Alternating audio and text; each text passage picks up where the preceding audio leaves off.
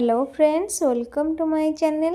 आज आसतु बनैबा watermelon juice. एबे तो खरा दिन आसीगला तो देखो मुझे वाटरमेलन बा तरबुज नहीं जाइए आम ताको काटिबा एमती तार चोपा भितर सब काटी ताको आम एमती छोट छोट पीस करदबा।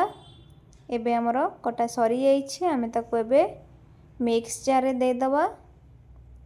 एमती मिक्स जार सब दे सारा पर आम अल्प टिके तारे सुगार बा चीनी ऐड करवा करे ताको आमे भल भाव मिक्स करदबा। मिक्स कर सारा पर आमे ताको स्ट्रेनर साहाय्य रे छाणीदबा। देखंतु एबे आम रेडी हो जाइए जूस। तो एमती गरम दिन आसलानी हेल्दी जूस पीवा पई बहुत ही भल लागिवो। एमती जूस बनांतु आउ एंजॉय करंतु समर को। Let's enjoy, have fun. Thanks for watching. Bye.